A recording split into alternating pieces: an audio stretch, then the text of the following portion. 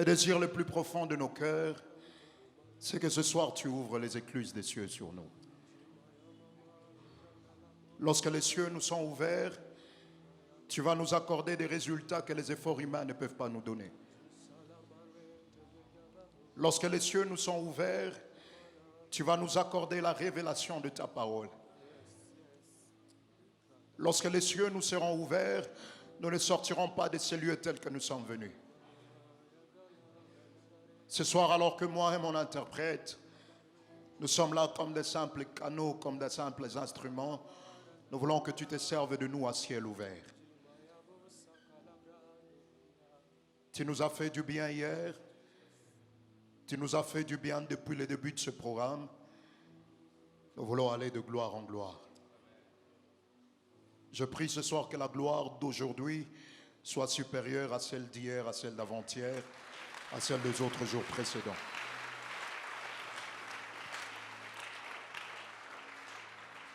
Et lorsque tu l'auras fait, non pas à nous, mais à toi, nous rendrons la gloire.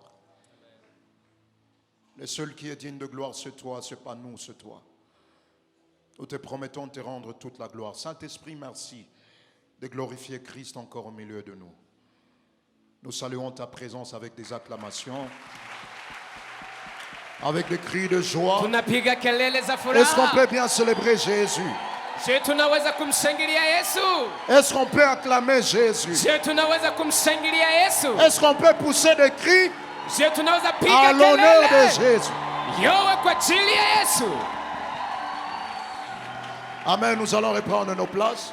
Tutaketi kwa nafasi zetu. Pendant que vous m'aidez à saluer ceux qui sont assis à côté de vous, Unaponisaidia kumsalimu aliye pembeni alors yako. souhaitons la bienvenue. Tukimkaribisha, Demandez comment ils vont. muuliza namna gani Si vous ne iko. connaissez pas le nom, c'est une occasion pour demander le Kama nom. hujui jina unaweza kumuuliza jina yake. On ne sait pas toujours ce qu'une salutation peut enfanter. Haujui ni nini ambao salamu inaweza kuzaa. Est-ce que vous pouvez demander comment évolue le programme de Je, prière? unaweza kumuuliza mpango wa maombi unaendeleaje?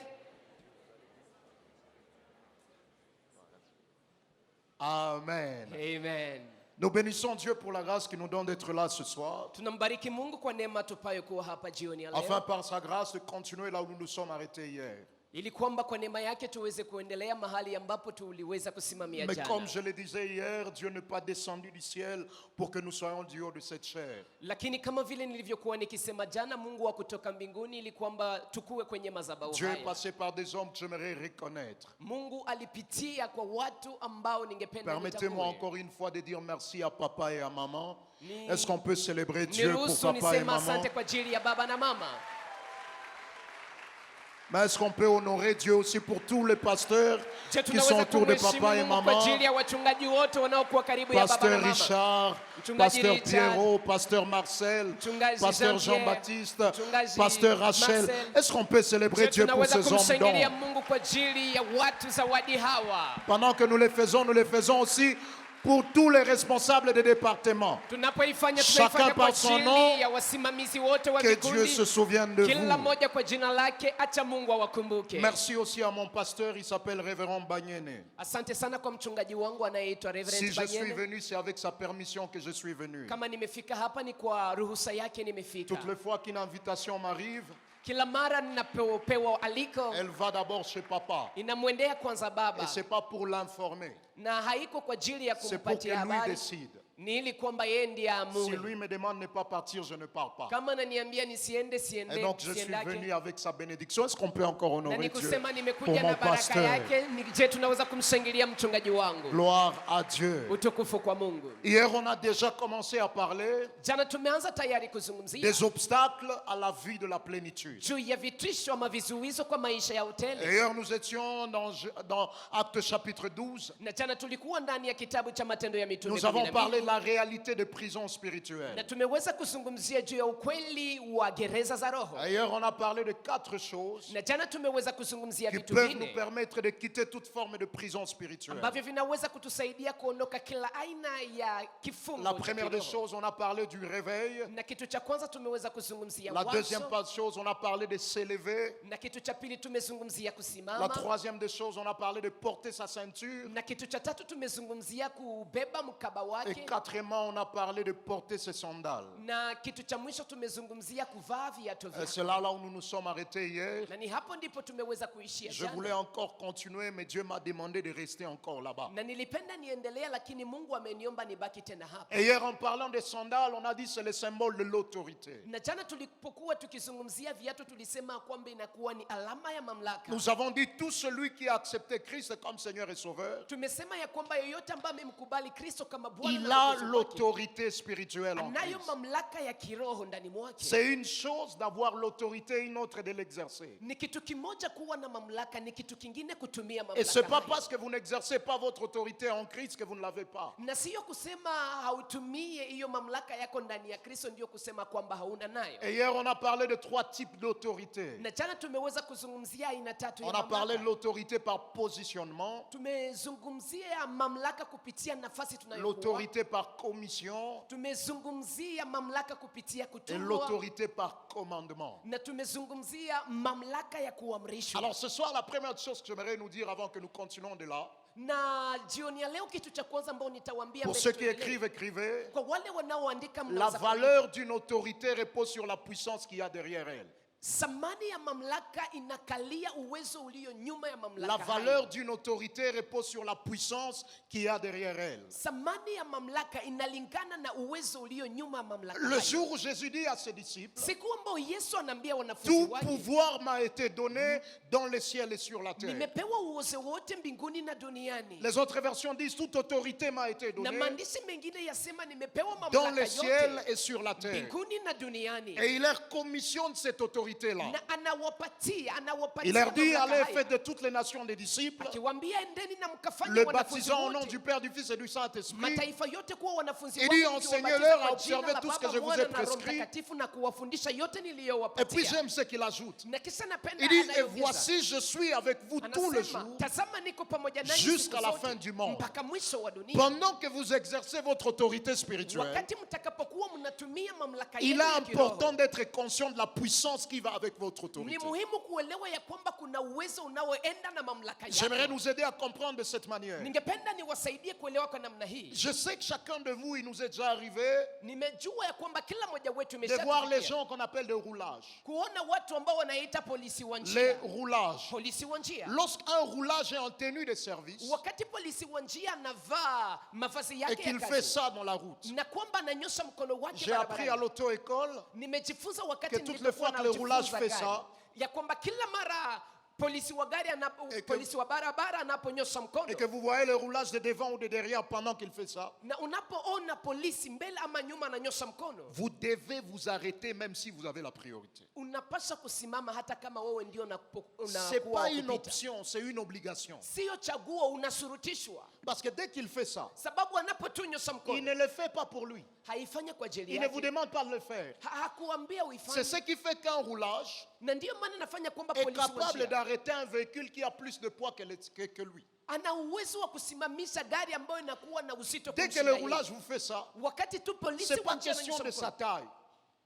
C'est haiko pas question kufuatana de sa na kimo taille. yake, C'est pas question de son teint. haiko kufuatana na rangi yake, C'est pas question de son origine. haiko kufuatana na tokea Dès wapi. qu'il fait ça, Anapotufanya vous hivi, devez tout faire pour avant que vous soyez là où il est, vous soyez déjà arrêté. anapaswa kufanya, unapaswa fanya kwamba ukuwe mahali ambapo anakuambia Et ukuwe. si vous osez cogner le roulage en tenue de service, Na kama unamgonga tu polisi wa njia vous akiwa n'avez anavaa pas mavazi de yake ya problème kazi, avec sa famille. hauna shida na Vous jamaa n'avez yake, pas de problème avec lui. hauna shida na yeye, Vous avez des problèmes avec l'État. una shida na serikali. Donc pendant que le roulage est dans la route comme Ni ça, kusema wakati polisi wa njia iko il a barabarani, le backup de l'État derrière lui. ana serikali nyuma yake, Voilà pourquoi il peut même s'amuser en route comme ça, il na marche. ndio maana anaweza kucheza Il sait que vous barabarani. n'allez rien lui faire. Anajua hutamfanya chochote. Le problème, c'est aller demander au véhicule de s'arrêter pendant que tu n'es pas en tenue de service. Shida ni kwako sasa, wenda ambia gari isimame japokuwa uvae mavazi ya Mais kazi, dès que lui est là, lakini wakati iko pale, l'État l'a envoyé dans la route.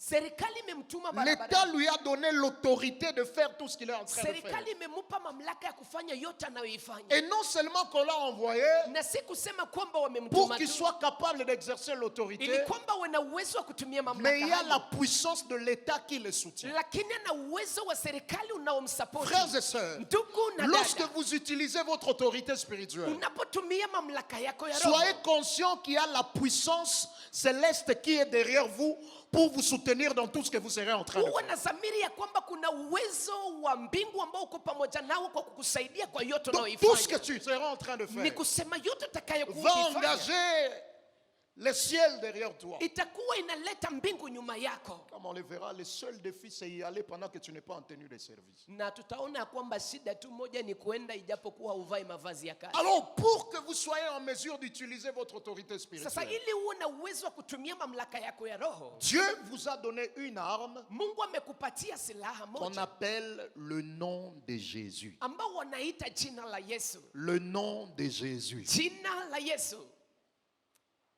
Le nom de Jésus. jina la Yesu. J'ai beaucoup été béni par Papa Crispin lorsqu'il était en train de nous conduire dans le nom de Jésus, le nom. J'ai dit, Nimependa sana Papa Crispa alipokuwa anatuongoza ndani ya jina la c'est pas Yesu. la chair et le sang. Sio mwili pas la na chair et le damu, sang. sio mwili na damu Frères et vilivyotangulia. sœurs, Ndugu na plusieurs chrétiens dada, Wakristo wengi prient, wanaomba, ils jeûnent, wanafunga, mais peu ont la révélation du nom de Jésus. lakini ni wadogo ndio walio na ufunuo wa jina la Des Yesu. fois à l'église, on est même habitué au nom de Jésus. Mara hata kanisani tumezoea jina la Vous Yesu. savez, les choses auxquelles nous sommes habitués Unajua vitu ambavyo sont tumevizoea des fois les choses que nous ignorons le plus. vinakuwa mara vitu ambavyo tunakuwa vituvijui Il sana. arrive qu'à l'église, on nous dise, Inafika kanisani il wanatuambia est vivant, il est ressuscité, il est vivant, il est... Yesu yu Qui hai, Jésus, qui Jésus? Acclamons, amefufuliwa. acclamons, acclamons. Nani Yesu? Tumshangilie. C'est une chose de savoir que Jésus est Ni ressuscité. kitu kimoja kujua ya kwamba Yesu Et c'est une amefufuka. autre de connaître la puissance qu'il y a dans la résurrection de Na Christ. ni kitu kingine kujua ni uwezo gani ulio ndani ya ufufuko wa C'est Kristo. une chose d'avoir des informations sur le nom de Jésus. Ni kitu kimoja kuwa na taarifa za habari Et juu ya c'est une jina la autre de Yesu. connaître la puissance qu'il y a dans le nom de Na ni Jésus. kitu kingine kuzijua uwezo ulio ndani ya jina Beaucoup la de Yesu. chrétiens, malheureusement, ils ont déjà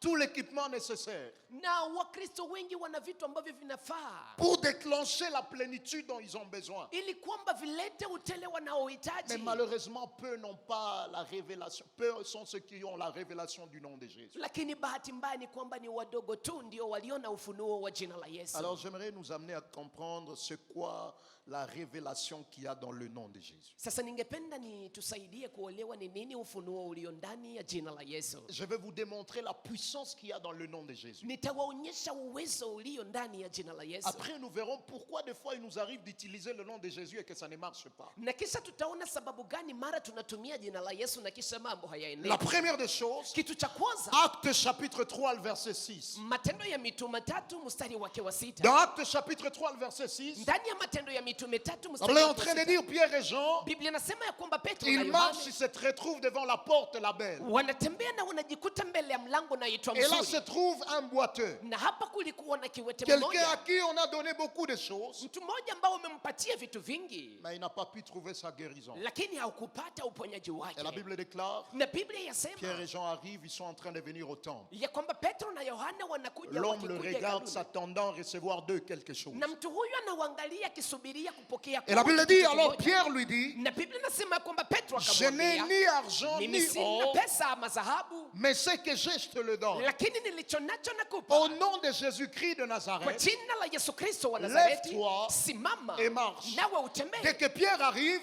Na wakati Petro il dit à anafika, cet homme, anaambia mtu huyu, je n'ai ni argent ni or. sina fedha wala dhahabu. Remarquez qu'il ne lui a pas dit, je n'ai ni or ni argent. Angalia, hakumwambia sina dhahabu Il lui ama dit, je fedha, n'ai ni argent lakini ni or. akamwambia sina fedha na sina Parce que ce qu'il dhahabu. est en train de faire, Sababu il est en train yanayokifanya d'aller du plus petit au plus grand. iko naendea kidogo kuendea hadi Il dit, kikubwa. l'argent est grand. Anasema fedha Mais ni l'or kubwa, est grand que l'argent. lakini dhahabu ni kubwa zaidi Et kuliko l'or est fedha. grand. Na dhahabu Mais ni le kubwa. nom de Jésus est plus grand que l'or et Lakini jina l'argent. la Yesu ni kubwa zaidi kuliko fedha na Ça veut dhahabu. dire quoi? Yamaanisha Le nini? nom de Jésus Jina la est Yesu capable de vous accorder ce que le nom de l'argent ne peut pas vous donner. ina uwezo wa kukupatia ile ambao jina la fedha Le haiwezi nom de kukupatia. Jésus Jina la Yesu Est capable de vous donner ce que l'or ne peut pas vous ina donner. uwezo wa kukupatia ile ambayo dhahabu haiwezi kupa. Le nom de Jésus est puissant. puissant, frères et Jina sœurs. la Yesu lina uwezo ndugu na dada. Pour preuve, ceux qui avaient l'argent, Kitambulisho ni kwamba waliokuwa ils na l'ont pesa donné à cet homme, walimpatia mtu mais ne lui huyu, ont pas accordé la guérison. lakini hawakumpatia uponyaji. Mais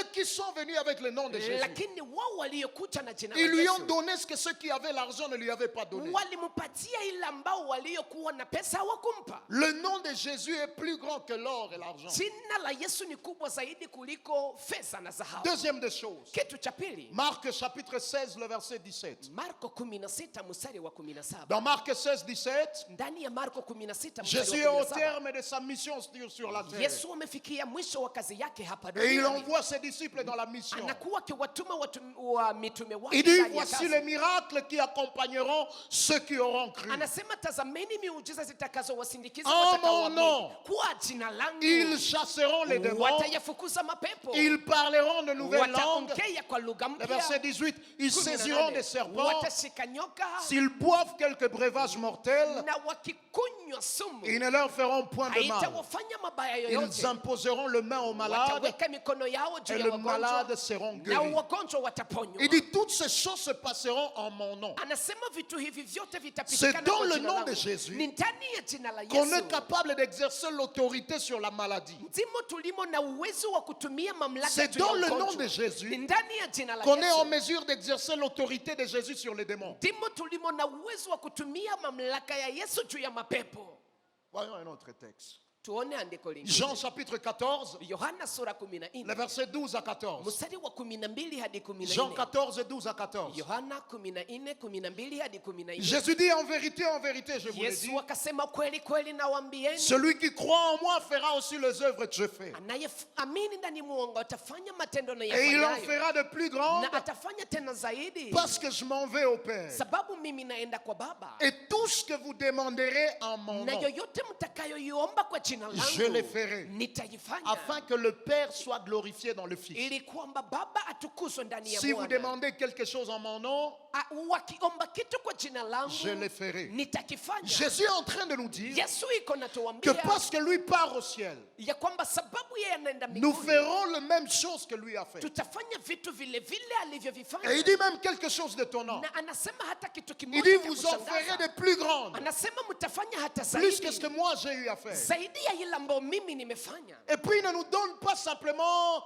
la recommandation de faire ces choses, Na kisha hatupatie tu kama pendekezo mais ya il nous kufanya donne vitu la hivi. procédure par laquelle ces choses peuvent se réaliser. Lakini anatupatia njia kupitia nayo Il dit, vitu c'est hivi en mon vitatimilika. nom Anasema ni kwa que jina vous serez en langu mesure de le faire. ndipo mtakuwa na Il dit, uwezo wa en mon kuifanya. nom, Anasema kwa jina tout ce que vous langu demanderez au vyote Père, mtakavyoviomba kwa il le Baba fera. ataifanya. Ça veut dire quoi? Yamaanisha Le nini? nom de Jésus, Ya kwamba jina la c'est le Yesu seul nom qui est reconnu dans la banque céleste. ndilo jina moja linalojulikana ndani ya benki ya mbingu. Dans la banque céleste, Ndani ya banki ya pour mbingu avoir accès à la provision céleste, ili kwamba uwe na ufikie akiba ya mbingu. le seul nom qu'on reconnaît, c'est le nom de Jésus. Jina moja wanaoitambua ni jina la Yesu. Je ne sais pas si on est en train de réaliser le pouvoir et la puissance qu'il y a dans le nom de Sijui Jésus. kama tuko tunaelewa uwezo na mamlaka iliyo ndani ya jina la Voyons un Yesu. autre verset. Tuangalie andiko lingine. 1 Samuel 17, 45. Samueli wa kwanza 17 1 Samuel 17, 40. 45. Samueli wa kwanza 17 Il s'agit de 45. cette histoire que nous connaissons bien. Inakuwa hii historia ambayo tunaijua vizuri. L'histoire de David Hapa et inakuwa ni Goliath. historia ya Daudi na Goliati. David et Goliath. Daudi na Goliati. Pendant 39 jours, Muda wa siku 39 Goliath a tourmenté le peuple. Goliati ametesa taifa la Bwana. Et le 40e jour, Na siku ya 40 David arrive. Daudi anafika. Et pendant que David est là, Na wakati Daudi lui il ne anafika, sait rien de ce qui se passe. yeye hajui chochote La Bible kinachopitikana. déclare Goliath arrive encore. Na Biblia inasema kwamba Goliati akafika Et tena. Goliath lance le même propos comme ce qu'il avait eu à lancer avant. Na Goliati anafanya vitusi hivyo hivyo kama Il dit, alivyovifanya s'il y a au mbele. milieu de vous un homme, Anasema kama miongoni mwenu mna mtu qu'il vienne, nous allons nous battre. aje na tutapigana naye kama kuna Pendant mwanaume. 39 jours, il n'a pas trouvé un homme. Na muda wa siku 39 Et la Bible dit, kumpata dès que mwanaume. Goliath a dit cela, Na Biblia inasema wakati tout le Goliati monde a alisema hivi, commencé à dire, c'est les géants qui arrivent, c'est les géants qui arrivent. kila mtu alianza kusema ni jitu ndiye anafika. Mais David le regarde. Lakini Daudi Il anaangalia, dit, qui est cet incirconcis anasema ni nani huyu qui asiyetahiriwa se permet d'insulter l'armée du Dieu vivant? ambaye anajiruhusu kutukana na jeshi la Mungu aliye hai? David est le seul à donner à Goliath un nom que personne ne lui a donné pendant 40 Daudi ni jours. mmoja ambaye anaweza kupatia Goliati jina ambao hakuna mtu Celui que alimpatia tout le muda wa monde siku ya appelait 40. géant, Kila mtu alikuwa akimwita jitu, David l'appelle incirconcis. lakini Daudi yeye anamwita asiyetahiriwa. La connaissance de Dieu vous permet d'avoir un langage différent. Kumjua Mungu inakurahisisha uwe na masemi yaliyo Les tofauti. hommes et les femmes qui connaissent leur Dieu sont des hommes et des femmes qui ont un langage différent. Wanaume na wanawake wanaomjua Mungu wao ni wanaume na wanawake walio na masemi tofauti. Ce que tout le monde appelle géant, lui appelle incirconcis. Ila ambao kila mtu anaoita jitu yeye anaita asiyetahiriwa. Et la Bible déclare pendant que Goliath est arrivé, Na Biblia yasema ya kwamba wakati Goliati tout le monde a amefika, reculé. kila mtu alisogea Mais nyuma. David, à cause de la connaissance de Dieu, Lakini Daudi sababu ya il est kumjua le seul à Mungu s'avancer là où tout le monde a ni reculé. yeye mwenyewe ambaye alisonga mbele mahali ambapo kila Parce mtu qu'au-delà d'un alirudi. langage différent, la connaissance de Dieu nous donne des attitudes différentes. Sababu zaidi ya kuwa na masemi tofauti, kumjua Mungu inatusaidia tuwe na namna ya kuona ama ya kufanya iliyo Mais la tofauti. troisième des choses que la connaissance de Dieu lui a donné, Lakini kitu cha tatu ambacho ujuzi wa la Mungu connaissance de ilimpatia, Dieu lui a donné un regard différent. kumjua Mungu ilimpatia mtazamo tofauti. Vous savez pourquoi tout le monde appelait Goliath géant? Unajua sababu gani kila mtu alimwita Parce que Goliati tout le jitu? monde voyait Goliath d'en bas. Sababu kila mtu alikuwa anamuonea D'en bas, Goliati c'était kuanzia un chini. géant. Kuangalia Mais chini David, à alikuwa ni cause de la kitu. connaissance de son Dieu, Lakini Daudi sababu Il ya regarde Goliath kujua d'en haut. Mungu wake Il dit, qui akaangalia est Goliathi cet juu. incirconcis? Anasema ni nani Qui huyu est cet asiyetahiriwa? incirconcis? Ni nani huyu c'est là asiyetahiriwa? que Paul pouvait dire, Na ni hapa ndipo à Paulo anaweza cause de kusema, l'excellence de la connaissance de Christ, sababu wa ubora wa ces kumjua choses qui Kristo, étaient pour moi de gain, je les regarde comme une vitu perte. vilivyokuwa zawadi kwangu na viangalia leo Parce kama vile que la nimepoteza. connaissance de Christ change notre regard. Sababu kumjua Kristo unabadilisha mtazamo Et wetu. David avance vers Na Goliath. Daudi anamsogelea Goliati. Et écoutez ce qu'il est en train de dire à Goliath. Nasikiliza anachokimwambia Dans 1 Goliati. Samuel 17, 45. Ndani ya Samueli wa kwanza 17:45. J'aime ce que David lui dit. Napenda sana ila Goliath est anamwambia, préparé au combat. Goliati amejitayarisha Goliath kwa a vita. tous les armements nécessaires. Goliati anakuwa na silaha zote Il a tout ce qu'il zinazofaa. faut pour qu'il combatte. Ana vyote vinavyofaa ili kwamba apigane. David dit aux Na Philistins, Daudi anamwambia tu marches Mfilisti, contre moi avec l'épée, unanijia pamoja na upanga, la lance et les javelots, mshale na mkuki, et moi je marche contre toi au nom de l'Éternel des armées, lakini mimi nakujia kwa jina la Bwana wa majeshi, du Dieu de l'armée d'Israël que tu as wa insulté. Mungu wa jeshi la Israeli ambalo umelitukana. Ce que David est en train de dire à Goliath, Ila ambayo Daudi kuna mwambia il dit, Goliati, tu as déjà la lance, anasema tayari tu una as déjà mshale, l'épée, tayari una tu as déjà upanga, les javelots. tayari una mkuki, mais moi, lakini mimi je viens avec un nom qui est plus grand que tout ce que tu as comme armement. nakuja na jina lililo kubwa zaidi kwa yote uliyokuwa Le nayo nom kama de silaha. Jésus est plus grand Jina la Yesu ni kubwa que zaidi tous les armements de l'ennemi. kuliko silaha zote za adui. Le nom de Jésus est plus grand Jina la Yesu ni que kubwa toutes les zaidi stratégies de l'ennemi. kuliko mbinu zote za adui. Qu'ils viennent par quelque stratégie que soit. Ijalishi waje kwa mbinu gani, Que ce soit par la stratégie de la maladie. ijalishi waje kwa mbinu ya Que ce soit ugonjwa, par la stratégie des accidents. ijalishi ije kwa mbinu Que ce soit ya par la ajali, stratégie de la mort. iwe kupitia Le mbinu nom ya de Jésus kifo. que vous avez Jina la Yesu mulilo est plus nalo grand que toutes les stratégies ni de l'ennemi. kubwa zaidi kuliko mbinu zote za adui. Si vous voulez savoir la puissance qu'il y a dans le nom de Jésus, Kama unapenda ujue uwezo ulio ndani ya jina la regardez ce Yesu, qui se passe angalia inayopitikana. toutes les fois que vous utilisez le nom de Jésus dans les rêves. Kila mara unapotumia jina la Yesu ndani ya ndoto, Lorsque vous avez des problèmes dans les rêves. unapokuwa na shida ndani ya Au ndoto, nom de Jésus. kwa jina la Yesu Et vous voyez les résultats. unaona matokeo. Alors frères et sœurs, Sasa ndugu na dada, pensez-vous vraiment que c'est votre sommeil qui donne de la puissance au nom de Jésus? je, unafikiria kwamba ni usingizi wako ndio unapatia jina la Yesu uwezo? Pourquoi lorsque nous sommes éveillés, nous croyons que le nom de Jésus a perdu sa puissance? Sababu gani wakati tumekuwa tumeamka tunafikiria kwamba jina la Yesu limepoteza Il y uwezo a des gens wake? qui ne pensent que le nom de Jésus n'est puissant que lorsqu'ils sont endormis. Kuna watu wanafikiria kwamba jina la Yesu lina uwezo tu wanapokuwa Vous wamelala. pensez vraiment que c'est votre sommeil qui donne la puissance au nom de Jésus? Hakika unafikiria ni usingizi wako ndio unapatia jina la Le Yesu nom de uwezo? Jésus est puissant quand vous êtes endormi. Jina la Yesu lina uwezo Il garde la unapolala. même puissance Na quand vous êtes éveillé. inaweka uwezo huo huo Il hata ne wakati perd pas sa umeamka. puissance. Haupoteze uwezo wake. Alors qu'est-ce qui fait que lorsqu'on utilise le nom de Jésus, Sasa nini nafanya kwamba tunapotumia jina la Yesu pendant que nous ne sommes pas endormis, wakati hatulali, des fois ça ne marche pas. mara mambo hayaendeki? Au nom de Jésus, Kwa jina la Yesu on ne voit rien. hauoni chochote. La plupart de mon temps, je l'ai passé à l'intercession et à l'écodim.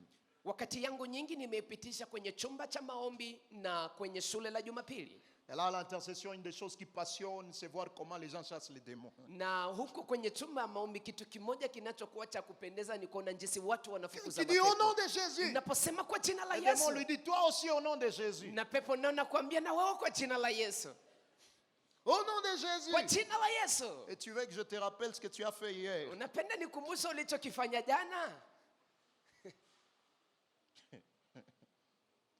Alors j'aimerais nous donner 3 choses qui peuvent faire à ce que le nom de Jésus ne marche pas. Sasa ningependa niwapatie vitu vitatu vinavyoweza kufanya kwamba jina la Yesu Et au halitumiki. bout de ces 3 choses, nous allons encore nous plonger dans la prière. Na kisha vitu hivi vitatu tena tutaingia, tutajichovya ndani ya Le maombi. premier obstacle Kitisho ama kizuizo cha à la kwanza manifestation de la puissance qu'il y a dans le nom de Jésus, kwa kuonekana kwa uwezo ulio ndani ya jina la de Yesu manière visible, palpable et tangible. kwa namna inayoonekana ya kugusa na ambayo inakuwa kabisa Ça se kutambulisha, trouve dans Actes chapitre 3, le verset 16. inakuwa ndani ya Matendo ya Mitume 3 mstari wa Dans 16. Actes chapitre 3, le verset 16, Ndani ya Matendo ya Mitume 3:16. souvenez-vous que c'est toujours dans le même chapitre Kumbukeni ya kwamba ni ndani ya sura hiyo dans hiyo lequel Pierre Ambamo et ndani Jean wake ont accordé la guérison à cet homme à la porte. Petro na Yohana wamepatia uponyaji huyu mtu kiwete aliyokuwa Et kwenye après mlango. cela, les gens se réunissent. Na kisha hiyo watu wanakusanyika Et Pierre commence à parler na Petro anaanza pour kuongea essayer d'expliquer comment le miracle se passait. ili kwamba pime kufasiria namna gani muujiza Et écoutez umepatikana. alors ce qu'il est en train de dire. Nasikiliza sasa anayoisema Acte 3, 16. Matendo ya Mitume 3. Il dit, c'est par la foi Anasema ni kupitia en imani son nom ndani ya jina que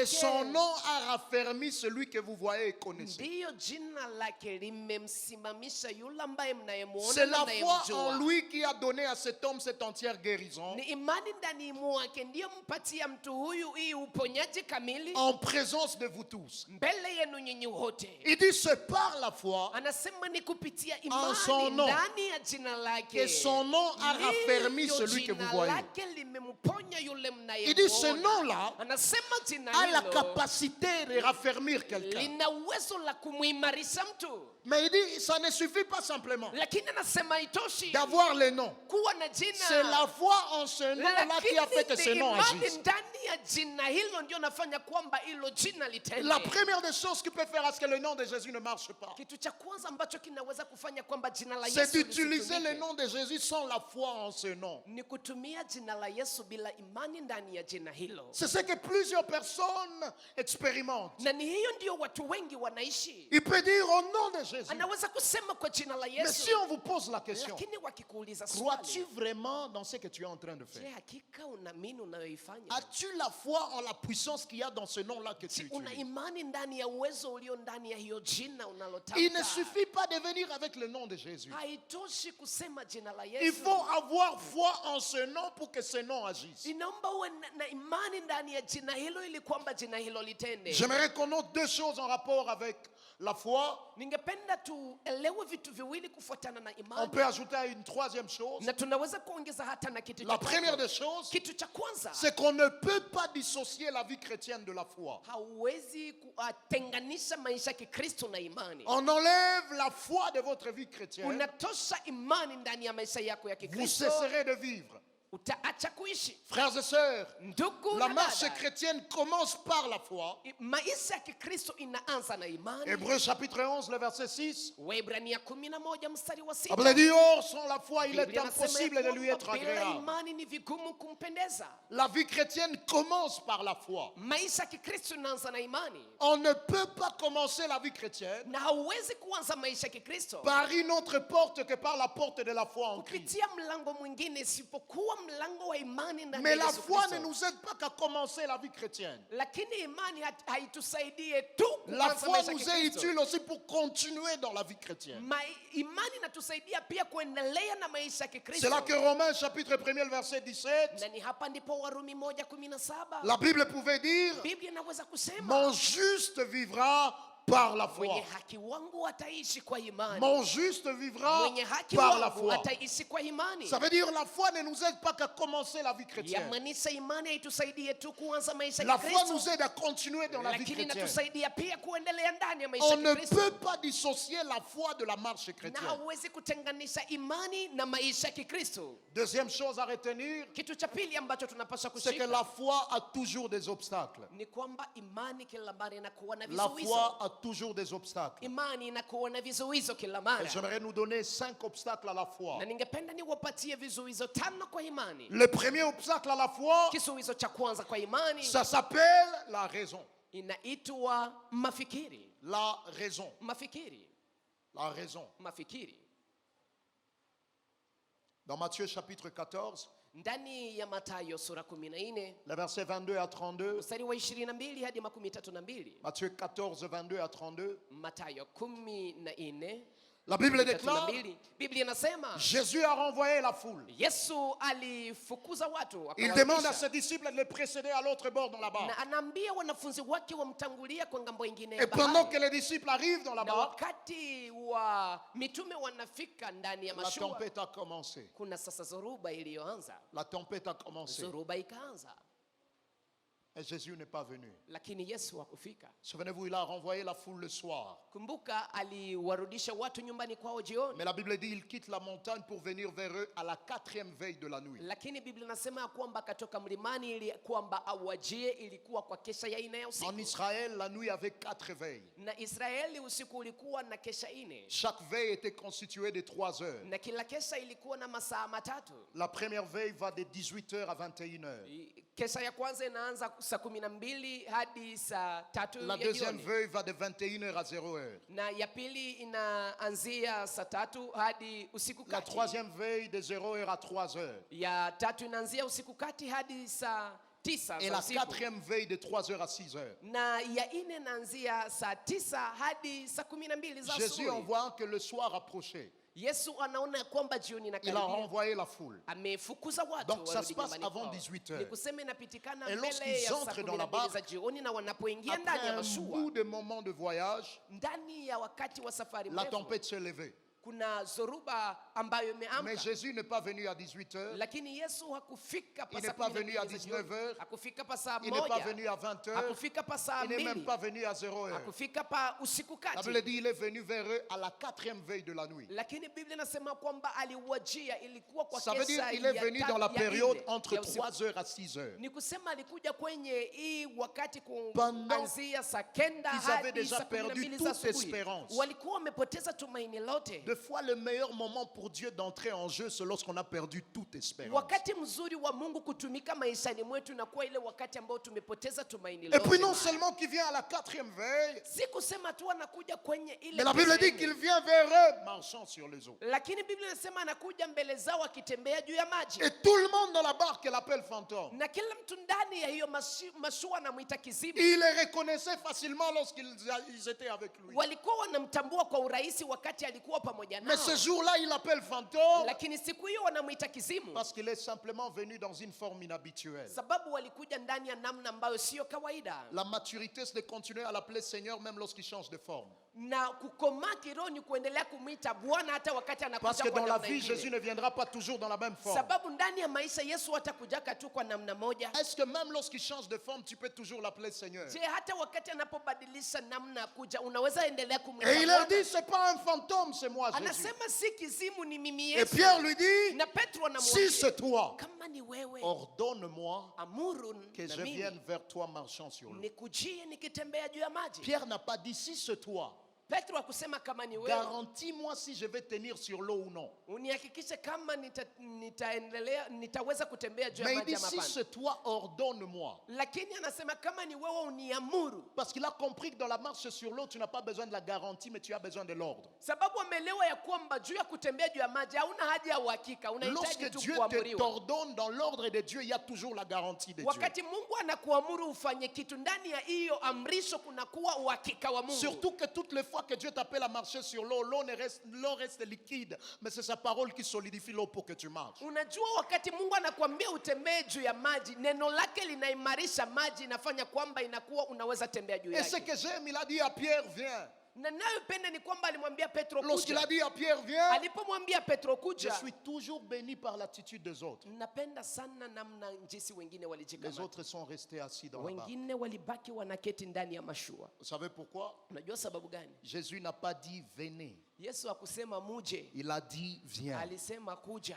Ne te lève jamais pour quitter la barque sur l'appel de quelqu'un d'autre. Tu vas te noyer. Usisimame unatoka ndani ya mashua kama ni mtu mwingine ndio wameita. Tu vas te noyer. Utazama. C'est pas parce que quelqu'un d'autre réussit Sio kusema mtu mwingine dans ameweza. un ou un autre domaine que toi aussi tu es appelé à réussir là-bas. Ndani ya uwanja fulani ama mwingine ndio na wewe unaitwa kufaulu Tu huko. sors la barque, mais qui t'a appelé? Tu réponds à quel appel? Unatoka ndani ya mashua, nani amekuita? Unajibu Ne kwa wito réponds gani? pas à l'appel de Pierre pour quitter la barque. Tu vas te Usijibu noyer. kwa wito wa Petro ili utoke ndani ya mashua. Tant que Utazama. l'appel n'est pas général, reste dans la particularité. Wakati wito haiko ya watu wote, baki ndani ya upekee wako. Et tout le monde l'a appelé fantôme, Na kila mtu alimwita kizimu. juste parce que la raison ne pouvait pas expliquer que quelqu'un marche sur les eaux. Sababu mafikiri haingeweza kufasiria ya kwamba akili yao haingeweza kufasiria kwamba mtu anatembea. Le premier obstacle à la foi, c'est la raison. Kizuizo cha kwanza kwa imani ni akili. Suis-je en train de nous dire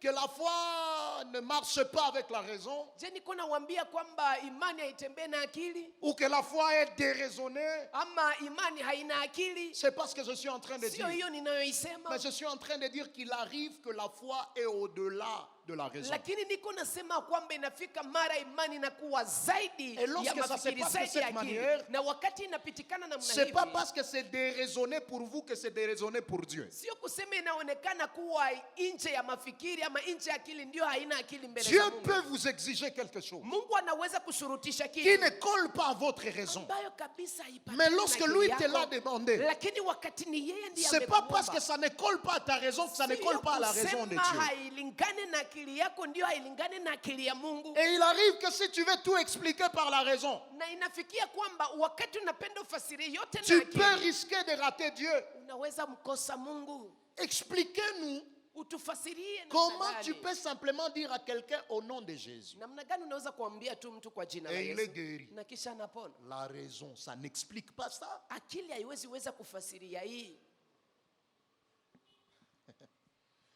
Deuxième obstacle à la foi, Kizuizo cha pili kwa imani, c'est marcher ou vouloir marcher par la vue. kutafuta kutembea kwa kuona ama kwa macho. Marcher par la vue. Kutembea kwa macho. Attendre et d'abord voir pour croire. Ungoje kwanza uone ili uamini. Frères et sœurs, Ndugu na dada, dans les choses de Dieu, ndani ya mambo ya Mungu, lorsque vous lisez Jean chapitre 11, le verset 40, wakati unasoma Yohana 11 mstari wa 40, Jean chapitre 11, le verset 40, Yohana 11 mstari wa 40, Jésus lui dit, Yesu kamwambia, n'étais-je pas dit je sikukuambia que si tu crois, ya kwamba ukiamini tu verras la gloire de Dieu, utauona utukufu wa Mungu? que si tu crois, Ukiamini tu verras la gloire de Dieu. utauona utukufu wa Mungu. Pas si tu vois, tu croiras en la gloire. Hapana, ukiona utaamini. Les procédés avec Dieu, Njia pamoja na c'est qu'il Mungu faut d'abord croire pour voir. inaomba uanzie kuamini ili uone. Et que des gens qui ne voient pas parce qu'ils attendent, qu'ils attendent croire, d'abord voir d'abord pour croire. Oh, ni watu ngapi ambao hawaone sababu wanangoja kwanza Un des waone obstacles à la foi, c'est mbele ya de toujours kuamini. vouloir voir pour croire. Mojawapo ya vizuizo kwa imani ni kutafuta kuona mbele ya kuamini. Comment vous pouvez nous demander de juste prier? Namna gani mnaweza kutuambia Prier tuombe? seulement. Kuomba tu, Prier seulement. kuomba tu. Ah, moi, je n'ai même rien vu. Mimi sijaona hata kitu. N'attends pas toujours voir pour croire. Usingoje kuona ili uamini, Mais la stratégie, c'est de croire pour voir. lakini mbinu ama njia ni kuamini ili uone. Troisième obstacle, Kizuizo cha tatu c'est de vouloir marcher par les sensationnels. ni kutafuta kutembea kufuatana na hisia. Les sensationnels. Hisia. Ou pour le redire autrement, vouloir marcher par les spectaculaires. Unapenda utembee kufuatana na vitu vya kushangaza. Dans 1 Roi chapitre 19, ndani ya Wafalme wa kwanza sura 19 les versets 11 à 12. mstari wa 11 hadi 1 Roi 12. 19, 11 à 12. Wafalme wa kwanza 19. La Bible nous 11 parle de hadi l'histoire de 12. cet homme appelé Élie. Biblia inatuzungumzia historia mtu huyu Dieu anaitwa dit à Elia. Élie, sors et tiens-toi dans la montagne Biblia inamwambia, Mungu anamwambia toka na uende et ukajiweke je kwenye vais mlima. passer pour te rencontrer. Nami nitapita kwa ajili ya kukutana na On wewe. le dit, il s'est tenu prêt à rencontrer l'Éternel. Na Biblia inasema kajiweka tayari kumkutana Bwana. Il a commencé à attendre Dieu. Na kaanza kumngoja Mungu. Après un moment, il y a un vent fort et violent qui déchirait les montagnes. Na kisha kuna upepo mkali mkubwa ambao Qui brisait les unapasua rochers. milima, Il unapasua s'est dit, ça annonce la venue de Dieu. mawe, na anasema hii inatangaza kuja kwa Mungu. Dieu n'était pas dans les vents. Na Biblia inasema Mungu hakukuwa ndani ya Après hili. cela, il y a eu un tremblement de terre. Na kisha hiyo kulikuwa tetemeko ya ardhi. Dieu n'était pas là-bas. Mungu hakukuwa humo. Il y a eu le feu. Na kisha kukakuwa moto. Dieu n'était pas là-bas. Mungu hakuwa hapo. Après tout ça, Na kisha hii il y a yote eu un murmure doux et léger. kulikuwa na kafujo Et la ambao Bible kalikuwa dit, kaupole, sauti Dieu ya kidogo. était dans ces murmures doux Na et Mungu légers. akasema kwamba alikuwa ndani ya ile sauti ndogo. Retenez ceci, frères et sœurs. Shika hii ndugu na dada. Le surnaturel n'est pas toujours le spectaculaire.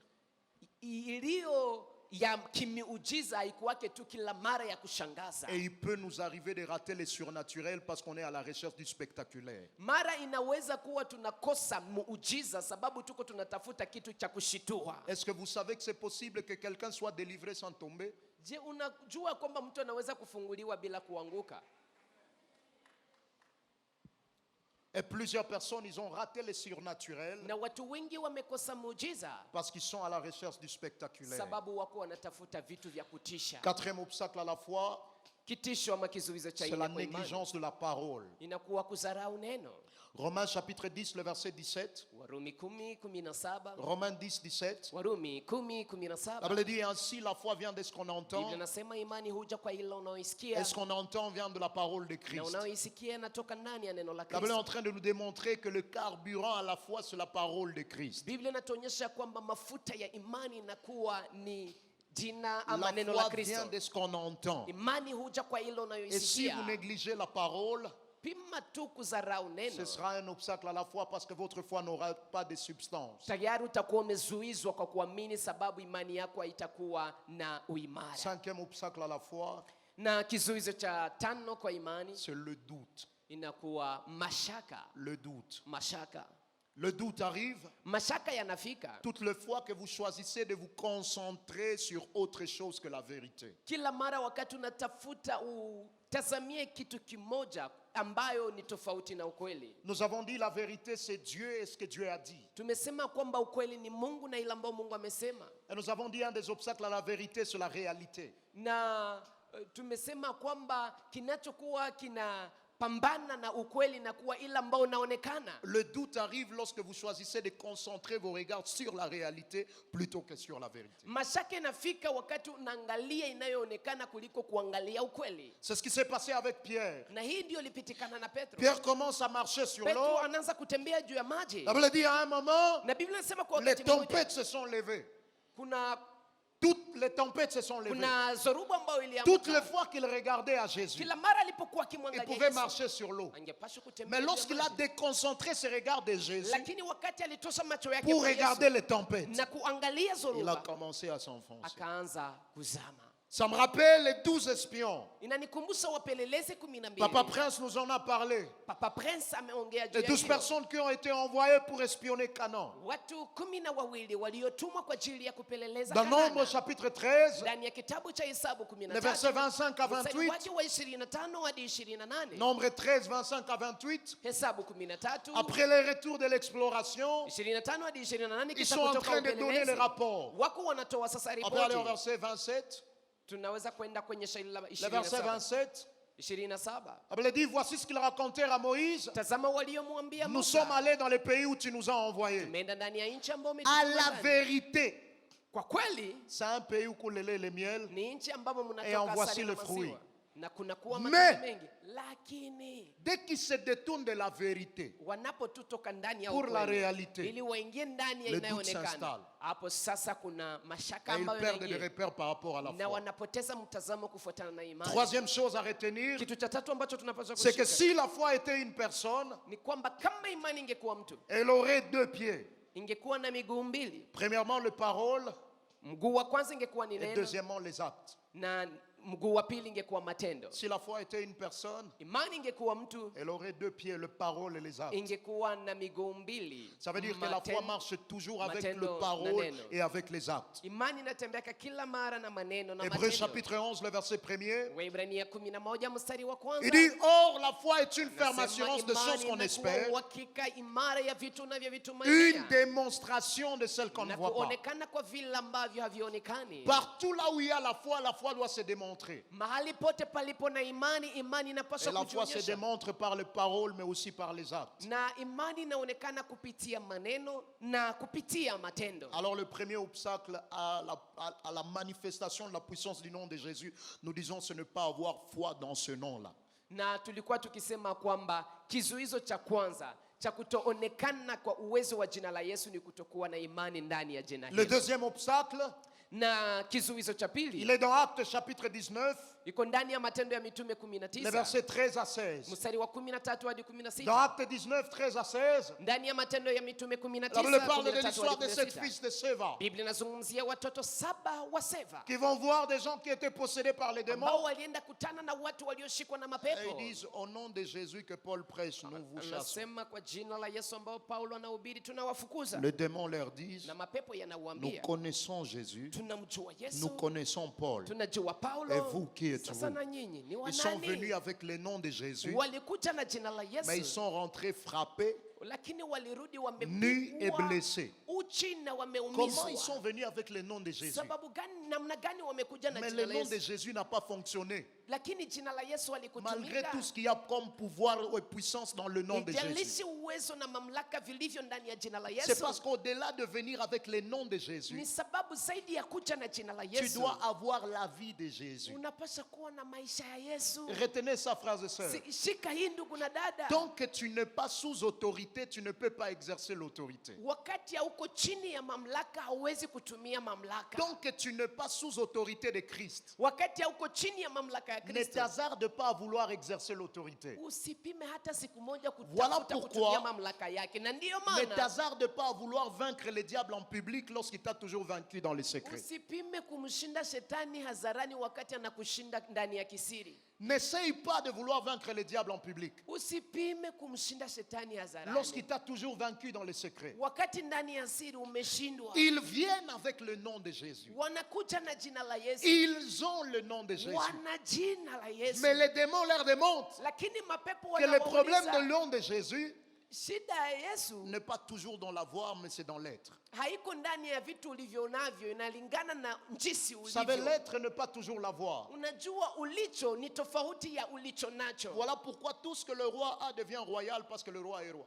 Na ndiyo maana vyote ambavyo mfalme iko navyo vinakuwa vya kifalme. Tu peux avoir ce que le roi a, mais entre tes mains, ce ne sera pas royal. Unaweza kuwa na ile ambayo mfalme iko nayo, lakini mikononi mwako haitakuwa cha kifalme. Voilà pourquoi être habillé en chemise présidentielle ne fait pas de toi un président. Na ndiyo maana kuvaa shati ya rais haikufanya wewe kuwa rais. Plusieurs personnes confondent l'être et l'avoir. Watu wengi wanafanya utofauti kati ya kuwa Ils na pensent kuwa que na. ce qui donnera de la valeur à ce qu'ils ont, Wanafikiria kwamba itakayopatia thamani walicho nacho c'est ce qu'ils ont. ni ile ambao Ils walicho ne nacho. comprennent pas que ce qui donne de la valeur à ce que nous avons, c'est qui nous sommes.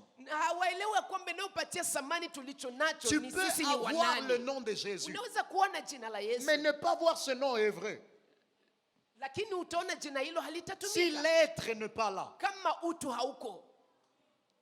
Alors j'aimerais vous poser la question, qui êtes-vous? Sasa ningependa nikuulize swali, wewe ni nani? Les démons disent, nous connaissons Jésus, nous connaissons Paul. Et vous, qui êtes-vous? Mapepo yanawaambia tunamjua Yesu, tunamjua Paulo, nyinyi ni wanani? C'est pas question de qu'est-ce que vous avez. Ils ont le nom de Jésus. Sio shida mna nini, wana jina la Yesu Mais il dit, tayari. qui êtes-vous? Lakini wanawauliza nyinyi ni wanani? Et par rapport à l'être, Na kufuatana na wewe ni nani? l'apôtre Roland Dallot dit, il y a toujours trois parties de nous. Na mtume Roland Dalo anasema kwamba kuna sehemu tatu. Il y a ce qu'on appelle le moi officiel. Anasema kuna kuwa mimi ya kirasmi. Il y a ce qu'on appelle le moi privé. Kuna kuwa mimi ya kipekee. Et il y a ce qu'on appelle le moi réel. Na kuna kuwa mimi ya kweli. Le moi officiel, Mimi ya kirasmi c'est ama ya celui que nous hadharani. connaissons de vous que vous êtes. Ni ile ambao kila mtu anajua kwamba huu ni fulani. Rendez compte, sur les réseaux sociaux, on veut donner une image de nous. Na tunaeleza kwenye mitandao tunapenda tutoe picha Lorsqu'on yetu. peut poser la question, qui est cet homme? Wanaweza kuuliza huyu ni nani? Homme de Dieu, Oh, mtu wa Mungu. servante de Dieu. Oh, mchakazi wa Mungu. Ça, c'est l'officiel. Hii ni ile ambao Mais à unaonekana part qui rasmi. nous sommes officiellement, Lakini ile ambao tuko rasmi mbele ya watu, il y a une autre partie de nous kuna kuwa ingine sehemu qu'on yetu appelle le moi privé. ambao wanaita mimi wa kipekee. Là, c'est seuls ceux qui sont plus proches de nous qui peuvent voir ça. Hapa ni wale walio karibu nasi ndio wanaweza Est-ce que kuiona. l'homme de Dieu que tu présentes à l'extérieur là-bas, ton époux, ton épouse peut aussi attester que tu l'es réellement? Mtu wa Mungu ambao unaonyesha kule hadharani, je, mke wako, mume wako anaweza hakikisha kwamba hakika uko Combien mtu ça wa fait Mungu? du bien lorsqu'on entend une épouse dire de son époux, lui c'est un homme de Dieu, lui c'est un Mara chrétien. ngapi unasikia wakati mke anaweza kusema juu ya mume wake, huyu kabisa ni mtu wa Mungu, huyu ni Mkristo? Parce que pour la plupart des gens, Sababu le watu serviteur a tué les chrétiens en eux. Mtumishi ameua Mkristo aliyekuwa ndani mwao. Serviteur, homme de Dieu devant les hommes. Mtumishi, mtu wa Mungu mbele ya watu, Mais il n'est pas chrétien. lakini yeye si Mkristo. Et à part votre moi privé, il y a votre vous réel. Na zaidi ya ule mimi wa kipekee Là, kunakuwa c'est sasa qui wewe wa tu es kweli. réellement. Sasa ni ule ambaye wewe uko Il y kikweli a des gens, kweli. tu peux les saluer. Bonjour, homme de Dieu. Kuna watu wanaweza kusalimu Sa hamjambo mtu wa conscience Mungu. lui dit, toi aussi, vraiment. Zamiri Toi aussi. nakwambia na wewe Avec ce que tu as fait, tu ne t'es même pas repenti, toi aussi. kumbuka hata ile ambayo Homme de Dieu. umefanya huja hata tubu mtu wa Et tu as Mungu, même mtu wa Mungu. accepté. Na umekubali hata. Alors, ce qui va nous aider à manifester la puissance du nom de Jésus, Itakayotusaidia kuonyesha uwezo wa jina la c'est Yesu. parce que nous sommes dans l'officiel. Haiko ile ambayo tuko mbele za watu. Les démons ne vous respecteront pas par les titres que vous avez. Mapepo hayata kuheshimu sababu ya vyeo Ils ne ulivyo vous navyo. respecteront pas par les publications que vous placez sur Facebook. Haita kuheshimu sababu unaweka kwenye Facebook ama Ils kwenye disent, nous WhatsApp. connaissons Jésus, nous connaissons Paul. Et vous, qui êtes-vous? Wanasema tunamjua Yesu, tunamjua Paulo. C'est Nyinyi ni avec qui wanani? tu es que tu peux faire à ce que le nom de Jésus marche. Ni kufuatana na ile ambao wewe uko ndio unaweza kufanya kwamba Yesu Et le atumike. diable connaît qui est chacun de nous Na réellement. shetani anajua kila mmoja wetu ni nani Alors aide-moi à hakika. demander à celui qui est à tes côtés, qui es-tu réellement? Uliza walio pembeni yako, wewe ni nani hakika? La dernière chose avant que nous ne puissions prier, Na kitu cha mwisho mbele tuombe, qui peut faire à ce que le nom de Jésus ne marche pas, ambao unaweza kufanya kwamba jina la Yesu lisitumike, c'est d'utiliser le nom de Jésus en dehors de la volonté de Jésus. ni kutumia jina la Yesu nje ya mapenzi ya Yesu. C'est pas parce qu'on nous a appris la puissance qu'il y a dans le nom de Si Jésus sababu wametufunza uwezo ulio ndani que ya jina quelqu'un la va se Yesu. dire, ah, je peux tout me permettre avec le Ndio nom de mtu Jésus. anaweza kujiruhusu ndafanya wote na jina la Yesu. Je vais aller voler dans le nom de Jésus. Nenda kuiba kwa jina la Yesu. J'ai vu quelqu'un vouloir voler dans le nom de Jésus. Umeshaona mtu anatafuta kuiba na jina la Yesu? Qu'il y a des gens qui veulent voler les autres. Watu ngapi ambao wanapenda wawaibe wengine? Quelqu'un qui veut posséder le mari de quelqu'un d'autre. Mtu ambaye anapenda ukamate mume wa Ou mtu l'épouse mwingine. de quelqu'un d'autre.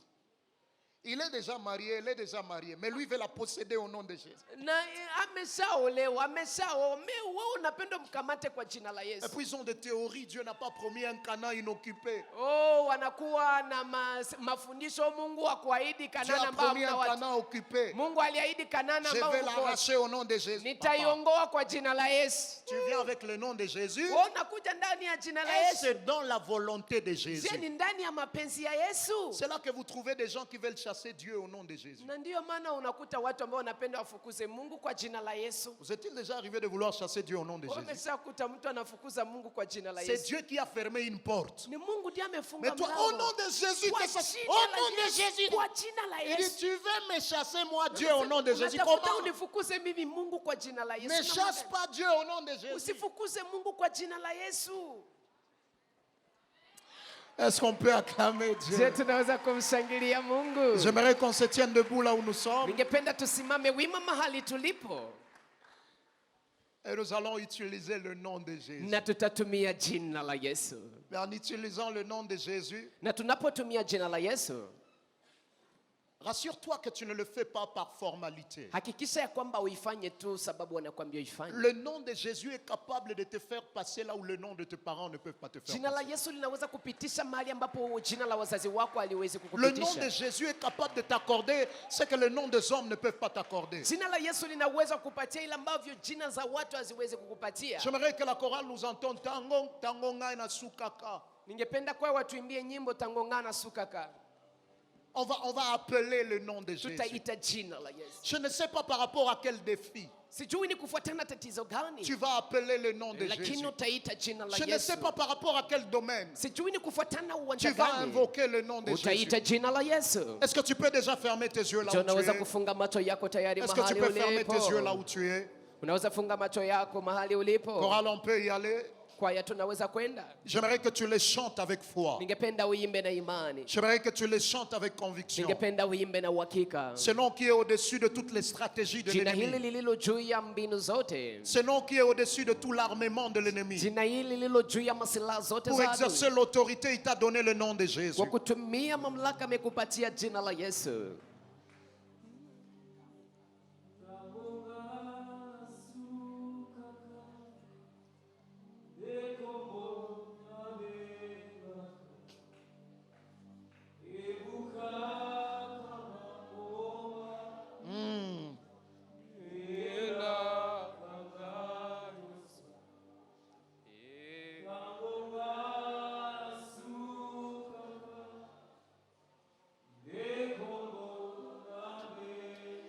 Que ton esprit réalise ce que tu es en train de chanter. Acha roho yako iangalie ambao uko naimba.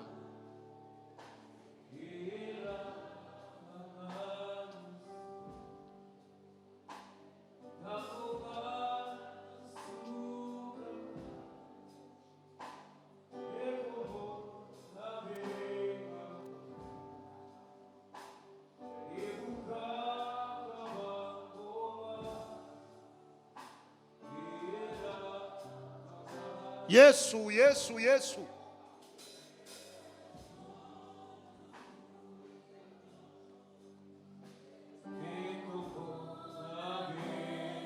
Ebuka kabangoma. Ela kanganyoso.